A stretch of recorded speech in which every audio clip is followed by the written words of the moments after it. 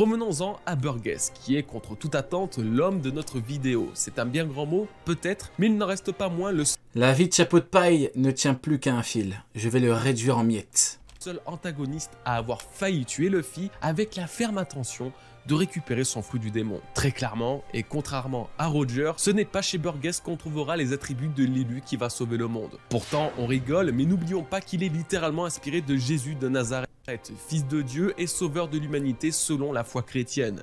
Il porte son prénom et tout comme lui, est né le 25 décembre. Pire encore, dans One Piece, le rire est un aspect primordial, véritable symbole de liberté. Nika lui-même est représenté riant à gorge déployée. Et si Burgess a bien un trait, une caractéristique emblématique qui ne passe pas inaperçue, c'est son rire. Rares sont les personnages à autant rire que lui.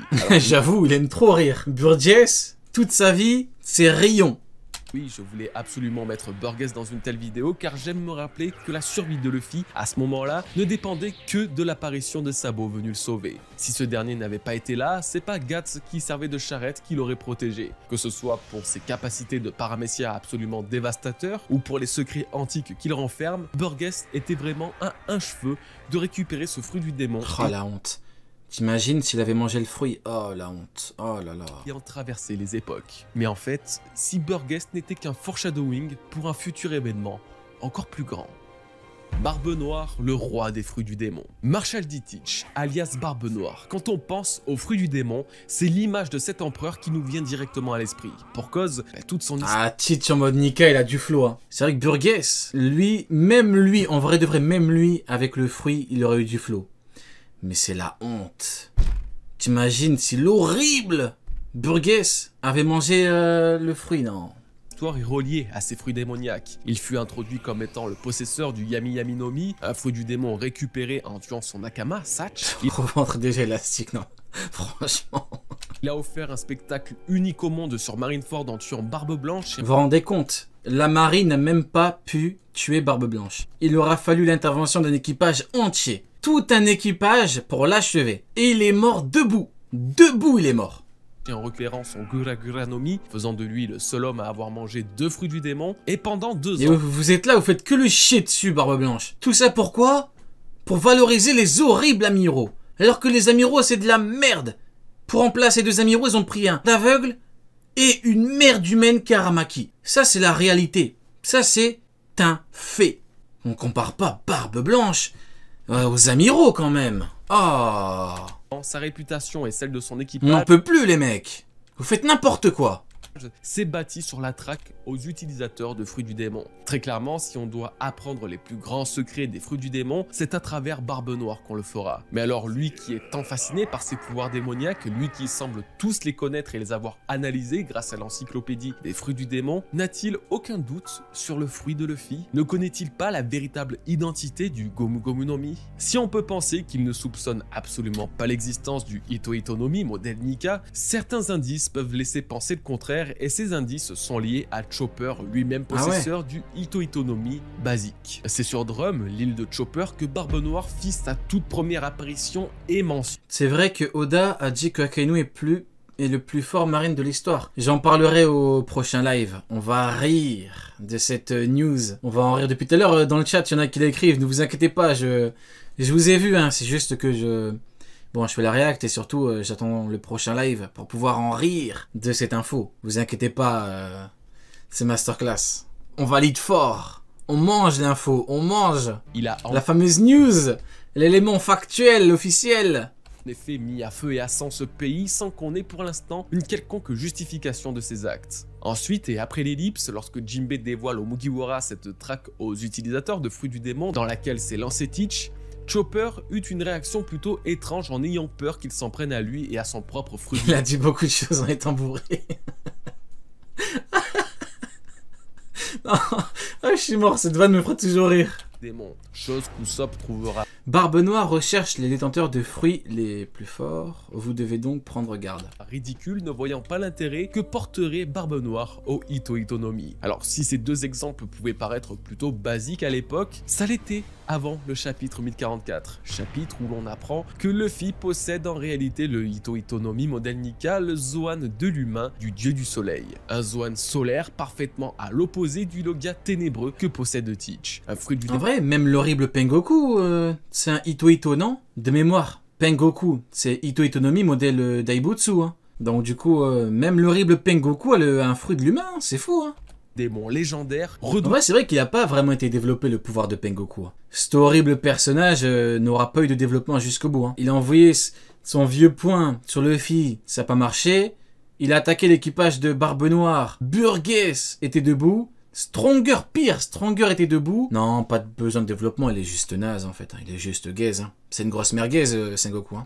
Douté par le gouvernement qui serait potentiellement le seul à pouvoir vaincre son Yami Yami no Mi. Teach a toutes les raisons de vouloir mettre la main sur ce fruit du démon. C'est quand le Gorosei a révélé la véritable identité de ce fruit que la vérité autour de Barbe Noire m'est alors apparue devant les yeux. Si Barbe Noire... Dites-vous, ils nous sortent Pengoku et Garp niveau Yonko. Ils ont combattu Barbe Noire et son équipage qui selon eux pue la merde. Il est plein de bandages Pengoku. Pengoku, il avait plein de bandages. Pengoku, le grand niveau Yonko, qui a combattu avec Garp, l'ancien niveau Roger. Quelle farce. S'est rendu sur Drum Quelle magnifique blague. Et a détruit une partie de l'île avec son équipage, c'était à cause des rumeurs autour de la présence d'un utilisateur du... Oda leur a fait mal. Hein. Oda leur a fait très très mal avec Aokiji et plus faible que Shiryu. Hein. Ils savent plus à quoi s'accrocher. Hein. Ça fait mal, des fois. Après, vous voyez, des fois, t'es persuadé d'avoir raison. Parce qu'il y en a beaucoup, je les soupçonne de faire semblant. Hein. Vous ne me ferez pas dire que tous les pro-mid ou pro-miro sont persuadés. Non, non, non. Pour moi, il y a une majorité qui fait semblant. Ils profitent du fait que c'est encore ambigu pour, voilà, pour nous offrir du divertissement. Contre leur gré, hein, parce que pour eux, Mais non, à mon avis, il y a une majorité qui connaît la vérité. Hein, parce que tu ne me feras pas dire que, pour une majorité, Aokiji est un Yonko dans l'équipage d'un Yonko. Ça, je peux pas y croire. C'est impossible. Je pense qu'une majorité fait semblant. Je peux pas y croire sinon. Ito Ito no Mi, donc celui de Chopper, pensant naïvement qu'il s'agit... Le seul truc qui leur reste, c'est une potentielle évolution d'Akainu. C'est le dernier truc qui leur reste. Une probable évolution d'Akainu. C'est tout. Sinon, le reste, ils ont perdu partout. Hein. C'est partout, partout, partout. Ils en peuvent plus. Oda, il allait jusqu'à leur chier dessus, en étant bien évidemment bourré, en disant que Shiryu est plus fort qu'Aokiji. Ah, il leur reste rien. Finito de chez finito. C'est du Ito Ito no Mi modèle Nika. Plus en... Akainu, c'est possible, hein. Même si bon, j'y crois moyennement au vu de l'âge du bonhomme, mais il ne reste plus rien. Puis même s'il a évolué, bon bah, ça voudrait dire que les autres, bon bah, sont inférieurs du coup. Donc en fait, dans tous les cas, finito. Finito. Encore, la réaction de Chopper que nous avons vu plus tôt, craignant pour son propre fruit du démon, serait en réalité un foreshadowing, car Usopp, connu pour ses mensonges finissant par se réaliser, dit à Chopper que Teach ne s'intéresserait pas de toute façon au... Qu'il évolue ou pas, elles ont perdu. Hein. Vous vous rendez compte? Quoi qu'il arrive, ils auraient dû nous écouter. Quand Kizaru dit à Ray les vieux, je suis plus faible que toi, ils auraient dû nous écouter. Eh ben non, ils ont pas voulu. Bon, ils ont voulu faire les dissidents. Eh ben ils ont tous perdu. Après, ils ont tous ragé à cause de Shanks. Maintenant, c'est quoi le délire? Maintenant, ça insulte Shanks à cause d'Aramaki. Maintenant, c'est de pisser sur Shanks parce qu'il a chié sur Aramaki. Ah ouais les gars, fallait nous écouter. Hein. Ah, c'est trop tard maintenant, vous passez pour des clowns. Hein. Ah, c'est fini les gars. Ito Ito no Mi. À ce moment-là, ni Chopper, ni Usopp et encore moins nous... Combat de 10 jours, un deuxième commandant de Barbe Noire, c'est l'évolution. Ah bah écoute, en fait le seul truc qui peut leur rester, c'est si à la toute fin du combat, il a obtenu un power-up, je sais pas lequel, je sais pas par quelle magie, mais c'est le seul truc. Sinon dans tous les cas c'est terminé, c'est finito. Il a combattu pendant 10 jours, Aokiji c'est un deuxième commandant, c'est finito les gars. C'est finito. Ouais, c'est triste, hein. C'est comme ça.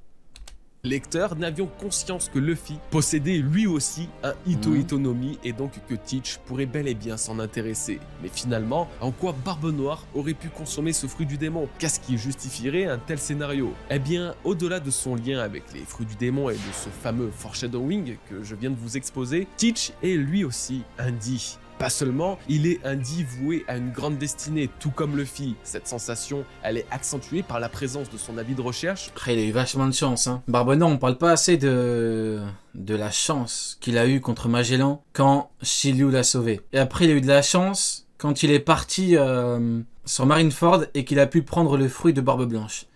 Il a eu une chance de malade. Sans ça, compliqué, hein. Il y a Aokiji qui a rejoint l'équipage. Là, pareil, tu as eu de la chance. Aokiji était au fond du gouffre. Il était bourré, hein.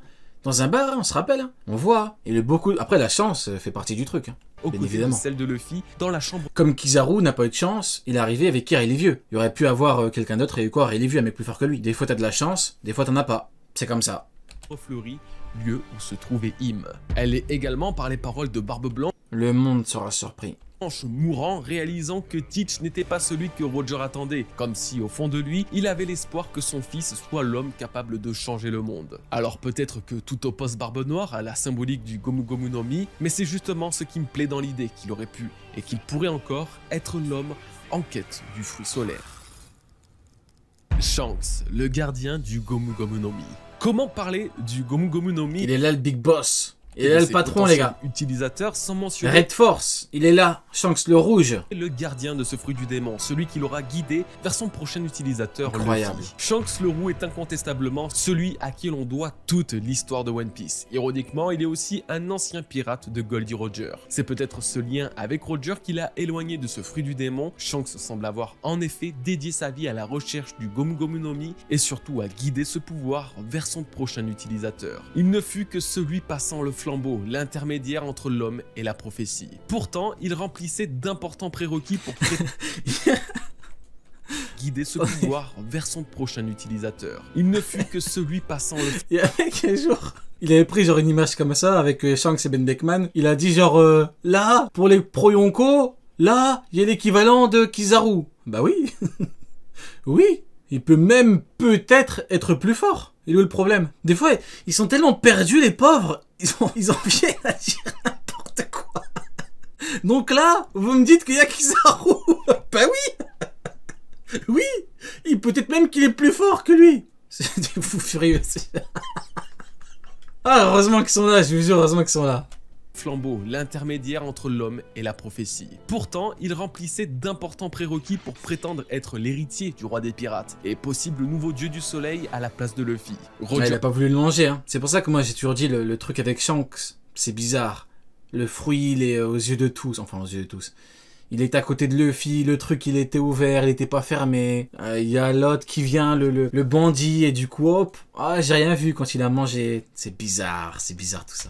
Roger lui avait par exemple légué ce mystérieux chapeau de paille à l'histoire et aux symboles antiques. Bien sûr, il est aussi le seul... Ou alors on va trop loin, et peut-être que pour lui c'était juste un vieux fruit et qu'il voulait vraiment le vendre, hein. Mais bon, bizarre quand même. Hein. À avoir véritablement réussi à mettre la main sur le... D'ailleurs c'est fou, hein. Shanks il a jamais cherché à manger un fruit. Parce que quand on regarde, bon, Big Mom, pour le coup, le fruit, le pouvoir elle l'a eu, elle était pas vraiment consciente.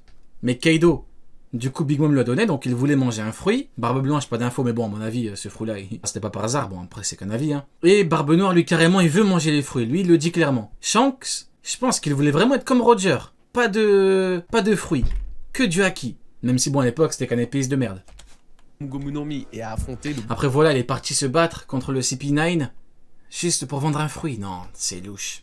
C'est louche de ouf. Gouvernement pour l'obtenir. Ouais, alors, qu'est-ce qui l'a empêché à ce moment-là de consommer ce fruit du démon dont il connaissait vraisemblablement l'identité cachée? Eh bien justement, car lui, plus que quiconque, savait que ce pouvoir ne lui était pas destiné. Ma théorie à ce sujet veut que Shanks n'ait fait qu'hériter de la volonté de Roger à mettre en lumière le vrai Joy Boy qui s'apprête à naître. Avant de mourir, le roi des pirates a confié l'ultime mission à sa jeune recrue de récupérer... Je te jure, c'est vrai. Shanks, toute sa vie, il a vu un moustachu taper barbe blanche. Il a dit le fruit, pas pour moi. Je suis complètement d'accord avec toi. Le Gomu Gomu no Mi est de ne surtout pas le laisser aux mains du gouvernement, justifiant le risque grandissime qu'il a pris en attaquant le Cypher Pole il y a plusieurs dizaines d'années. Lorsqu'il a rencontré Luffy, il a parié tous ses espoirs en lui, pensant alors qu'il était... Ouais, en vrai, c'est ça. Je me dis, surtout... À l'époque, peut-être que c'était pas calculé, mais sur Onigashima, quand tu montres bien qu'il a attaqué le CP9, que tu fais une intrigue, enfin sous-intrigue, intrigue avec avec Ozu, qui était parti en prison pour ça. Je me dis, ah, c'est louche quand même, hein. D'années. Lorsqu'il a rencontré Luffy, Regardez là, c'est l'horrible Yasop. Regardez comment il était. attaquant le Cypher Pole il y a plusieurs dizaines d'années. Lorsqu'il a rencontré Luffy, il a parié tous ses espoirs en lui, pensant alors qu'il était celui que Roger attendait. Ce n'est qu'après avoir éveillé les pouvoirs de ce fruit en se transformant en Nika, que Shanks vit devant ses yeux la concrétisation de la mission qui lui a été accordée. Cette forme mystique est la preuve que son protégé est bien l'élu, mais également qu'il doit renoncer à son rêve. Nous apprenions récemment au chapitre 1080... Ça me fume, c'est qu'ils disent, ouais, Shanks, il a attendu que Kaido et Big Mom tombent pour partir chercher le OP. Bon, déjà, on n'a pas toutes les infos par rapport à Shanks, par rapport à ses envies, par rapport à son plan, s'il en a un et tout. Mais bon, soit. C'est pareil pour Kaido, pareil pour Big Mom. Ils les voulaient, bon, ils n'ont pas déclaré de guerre aux autres empereurs. C'est ça l'équilibre. Il y a des gens, des fois, ils tentent de trouver des arguments pour, vous voyez, pour chier sur Shanks. Mais même ça, ils savent pas. Ils n'ont pas notre talent pour chier sur leur perso préféré. Vous voyez, nous, l'horrible Pujitora, ce crasseux qui triche au casino. On peut lui tirer dessus.